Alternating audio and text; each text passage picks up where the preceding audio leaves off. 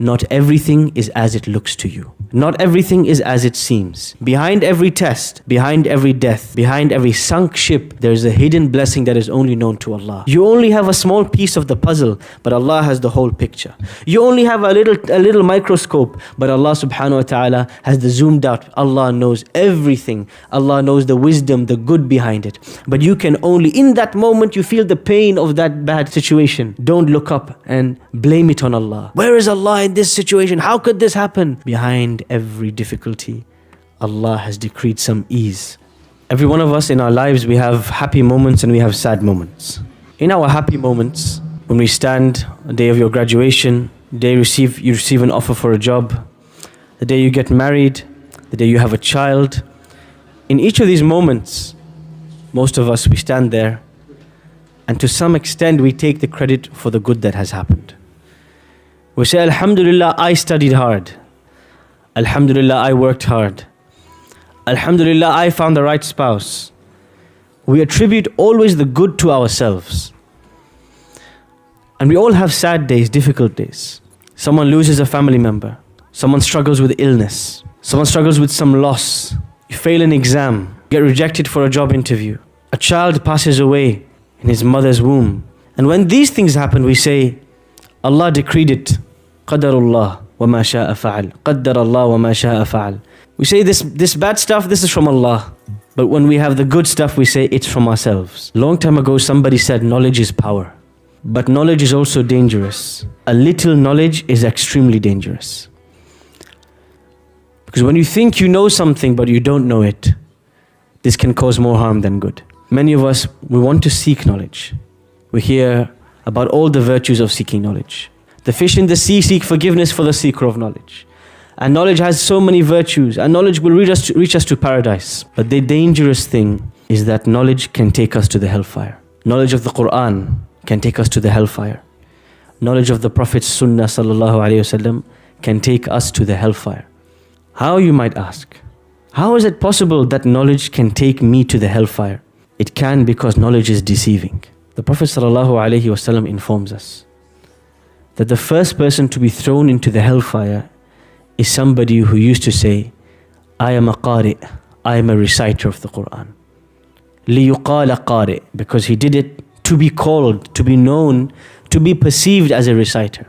He did it for the fame, for the name, for the glam, for the glory. And the second person to be thrown in the fire will be someone who was a alim, a scholar, a knowledgeable person, but he did it to be recognized, to be seen. And he will claim, or he or she will claim on the Day of Judgment, oh Allah, I did it for your sake. But did he or she really do it for the sake of Allah? All will be unearthed on that day. All will be exposed on that day. Often Allah blames people of previous scriptures, Ahlul Kitab. He says, did you guys not have all the knowledge in the world? وَدَرَسُوا مَا فِيهِ. You studied the book so closely with so much detail, but you became jealous, you became arrogant, you backbited one another, you edited the book, the source code, you twisted the interpretation, you changed some of the rulings.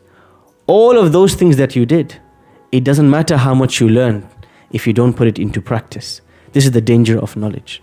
And today we have an unfortunate generation. We have two problems today. The first is the crisis of information.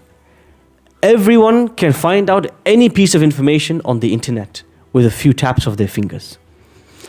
There was a time when if you wanted to narrate a hadith from Sahih al-Bukhari, you would have to travel 600 miles to Bukhara, find one of his narrators, al-Firabri, sit with him for 2 weeks and copy the whole book cover to cover, get permission from him to narrate from it, go back to your land. Now you can find one hadith and you can say it. Until then, you have no idea what's in this hadith book. It is blocked, it's classified, it's elite, it's not for everyone. Now, anyone can access anything. They say information is powerful, but it is also extremely dangerous. Now you have the wrong people quoting the right sources for the wrong reasons. كَلِمَةُ حَقٍّ أُرِيدَ بِهَا بَاطِلٍ. The story of Musa and Khidr. The Prophet Musa alayhi salam, he's asked who is the most knowledgeable person on this earth. And he claims, it is I am the Prophet of Allah after all. And he is then told by Allah, no, there is a man more knowledgeable than you, but you have to travel long distances to find him. Because knowledge should never come easy. Knowledge is sought. You have to seek it, search for it. It's not going to be brought to you. You have to sweat for it.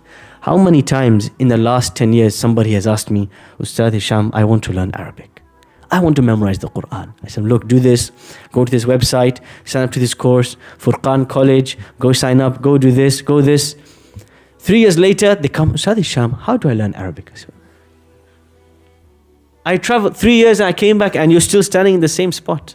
Knowledge is not for you. Stick to mechanics or whatever else you were doing. That's not for you then. Because as Musa alayhi salam says, La abrah. I'm so determined to find this man, this knowledgeable man. حتى أبلغ مجمع البحرين أو أمضي حقبا. I'm going to find this point, the meeting point of the two seas where I'm supposed to meet this man. Either I'll find him or 100 years can pass. I don't care. I will travel as long as I need. I will sweat. This is a person who's going to get the knowledge that he needs because he's willing to sweat for it. The vast majority of scholars say that Khidr is not a prophet or a messenger alayhi salam. But he was a man Allah subhanahu wa ta'ala inspired and gave some special and unique knowledge to. Between Khidr and Musa, Musa witnesses 3 events in front of this man Khidr. They step onto a boat and Khidr creates a hole in the boat and it sinks.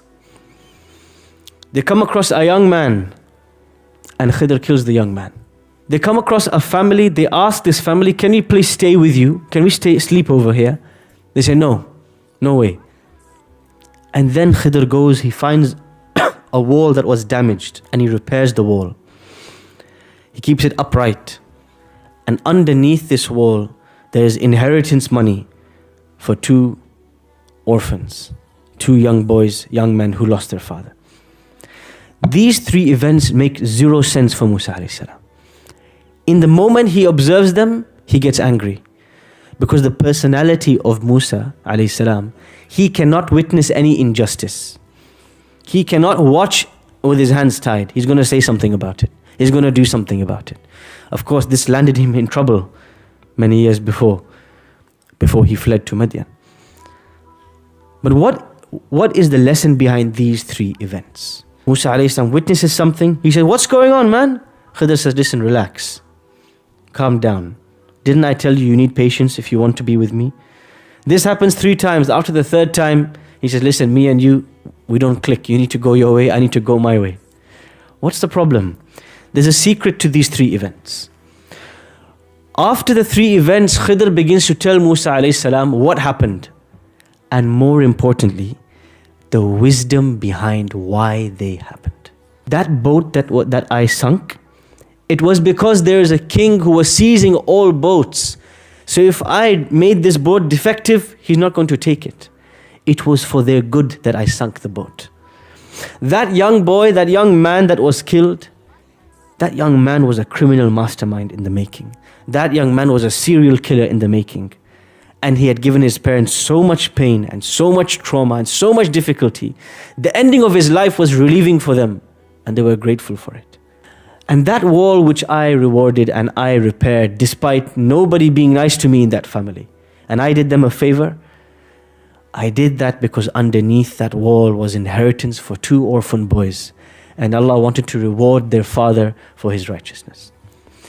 There is something very small detail in this story, but it tells you the whole lesson. When Khidr talks about the boat, he says, Aradtu, I wanted to sink the boat. Pay attention.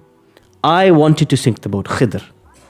When he talks about the young man that was killed, he says, we wanted, فَأَرَدْنَا, we wanted for this young man to be replaced with a better young man for his parents.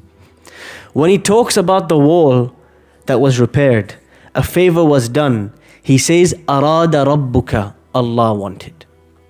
I wanted, we wanted, Allah wanted. Why is he changing? We know ultimately Allah decides everything. But why is he changing his words here depending on which story he's telling? When he's talking about the boat, the sinking of that boat was bad for everyone. Everyone who saw it, they said, what are you doing, man? This is a terrible thing here. It's a tragedy. So he attributed the bad thing to himself. I did it. because people perceive it as something evil. He said, I did the evil, not Allah. The young boy that was killed or that died, this young man who is a future criminal, serial killer, terrible for his parents. He was creating so much sorrow for his parents. When he died, his parents had a celebration. They were relieved. So one group was happy, and other people were watching and thinking, what's this? How could you kill this young man? So some group was happy, some group was upset. Because of that, Khidr says, we did it. Allah subhanahu wa ta'ala did the good part, and the bad part, that's my fault. We come to the repairing of the wall. When you knock on someone's door and you say, hey, can you give me some breakfast? They say, get out. I don't want to look at your face. You're not going to go and mow their lawn. You might go and slash their tires. Khidr goes, he says, can you please look after me? I'm hungry. They say, get out of my face. He goes and he repairs the wall for them. Subhanallah. Someone did bad to him. Someone rejected him. And he still did them a favor. This is beautiful. This is so amazing. Everyone who saw this deed said, wow, this is such a great deed. He said, Allah did it, not me. What's the pattern? When something negative happens, he attributes it to himself. When something positive happens, something worth celebration, he attributes it to Allah. Why? All of it is from Allah. Yes, it is all from Allah. But Allah never wills evil for the sake of evil. Behind everything that looks evil, there is something good. كَم مِّن مِحْنَةٍ فِي طَيَّاتِهَا مِنْهَا.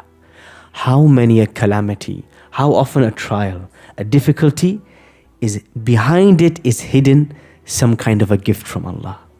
How many times? Behind every child that passes in Palestine, behind every mother who wails over her dead son, brother, husband in Palestine, behind every destroyed building, there is a hidden gift from Allah. There is a light at the end of the tunnel. We don't know the answer, so we are like Musa alayhi salam, getting impatient. Why is this happening? I want this to stop. So much evil, so much destruction. And Khidr is telling us, relax. You don't know the whole story. The evil bit you see, that's us. Allah, behind this, He has some good wisdom. The good, always attribute to Allah. The evil, you take responsibility for it. Allah subhanahu wa ta'ala doesn't will evil. وَلَا يَرْضَى لِعِبَادِ الْكُفْرَ. Rather, He is not pleased with evil. Because behind everything that looks bad to you, there is some gift from Allah. That is the lesson of this story. Whenever we have something good, we take credit. Alhamdulillah, I got a job today. Alhamdulillah, I got the offer letter for you. Alhamdulillah, I passed my driving test. Alhamdulillah, I. Something bad happens. Oh, qadarullah, that was our nasib, our qismat. That happened, Allah decreed it. So all the bad things are from Allah and all the good things are from ourselves. Allah says, flip it in perspective. When something good happens, attribute it to Allah. And when something bad happens, no, Allah did not will that because He enjoys evil. Behind it is something good. So I take the evil on your shoulders, take the bad things on your shoulders and say, there is a good behind this that only Allah knows. So many people, in my experience in the last 7 years, especially in my experience talking to young Muslims who want to leave Islam or who are on the edge of leaving Islam or who have already left, the vast majority of them say Allah does not exist. Not because of any argument or any logic, but because they went through something terrible in their lives and they feel, if something so terrible happened to me, how can Allah be good? They need to read this story of Musa and Khidr. And they need to realize, just like Musa alayhi salam realized, not everything is as it looks to you. Not everything is as it seems. Behind every test, behind every death, behind every sunk ship, there is a hidden blessing that is only known to Allah. You only have a small piece of the puzzle, but Allah has the whole picture. You only have a little microscope, but Allah subhanahu wa ta'ala has the zoomed out. Allah knows everything. Allah knows the wisdom, the good behind it. But you can only, in that moment, you feel the pain of that bad situation. But don't throw the baby out with the bathwater. Don't look up and blame it on Allah.